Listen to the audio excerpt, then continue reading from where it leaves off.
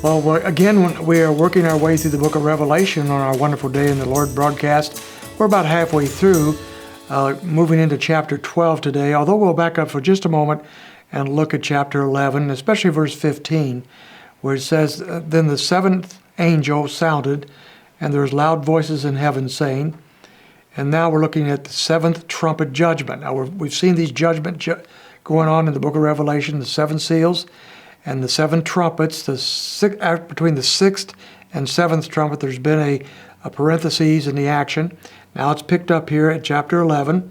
And then at the end of that sounding of that trumpet, before the next judgments are blown or sounded, which will be the bowl judgments that are coming up a little later, before that happens, a number of things take place in the book of Revelation, starting with chapter 12. And here in chapter 12, we have wars going on. It seems like the history of humanity has been about war. If you've taken history classes, it seems like it goes from one war to the next war to the next war. And without war, I'm not sure how we'd mark our times sometimes. But we find that in the book of Revelation as well. In this chapter, there are 3 wars going on. Matter of fact, all the book of Revelation is dealing with wars of one kind or the other. But right here at this point, we have 3. The first is a war on the earth.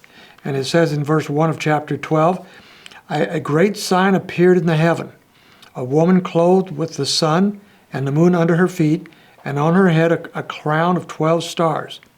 And she was with child, and she cried out, being in labor and in pain to give birth.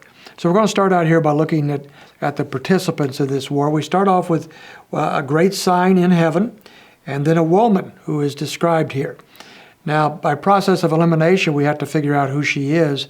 There are 3 other principal women in the book of Revelation. In chapter 2, verse 20, there's Jezebel, probably not a real name, but speaks of a false teaching or a false movement in the first century churches. And then there's the great harlot that we're going to run into in chapter 17, and that's going to be a very interesting study in this harlotry, spiritual harlotry, taking place during the tribulation period. And then finally in chapter 19 we have the bride of Christ that is coming with him at the second coming. So 3 other women in particular are identified in the book. This is none of them. This is a different individual.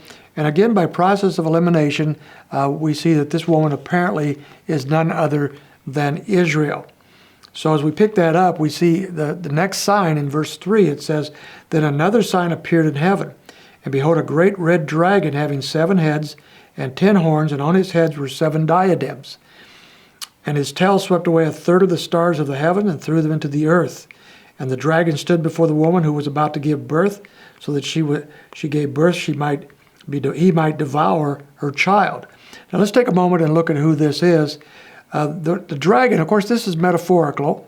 We're not looking at a dragon like a Disney movie or something. This is a metaphorical picture of something. And that something, as we'll find out later on in the chapter, is apparently Satan himself. He is the dragon being described here. With his 7 heads and 10 horns and 7 diadems, we see him in charge. He's leading a monarchy, an empire of some sort. And so he's a leader in that regard. His tail sweeps away 1/3 of the stars of heaven. Most people believe that this is a picture of what happened when Satan and his demonic angels, at that time they were not demonic, but they turned in rebellion against the Lord, and the Lord cast them to the earth. And at that time, there were many demons or angels that became demons that went with him. And this seems to indicate that it would be about 1/3 of the host of heaven that fell with him. So most people would take it that way. And he stands before the woman. He's looking at Israel. He's standing in opposition to the nation of Israel at this time, desiring to not destroy her, but destroy her child. Now that child, at verse 5, it says, And he gave birth to a son, or she did, and a male child, who is to rule over all the nations with a rod of iron, and her child was caught up to God and to his throne. That is a picture none other than Jesus. He is the one described in Scripture as the one who rules with a rod of iron. So there's no question about that. Then verse 6, Then the woman fled into the wilderness where she had a place prepared by God, so that should be nourished for 1,260 days. So what we see here apparently is that at the time of the birth of Christ, Satan was ready to destroy him.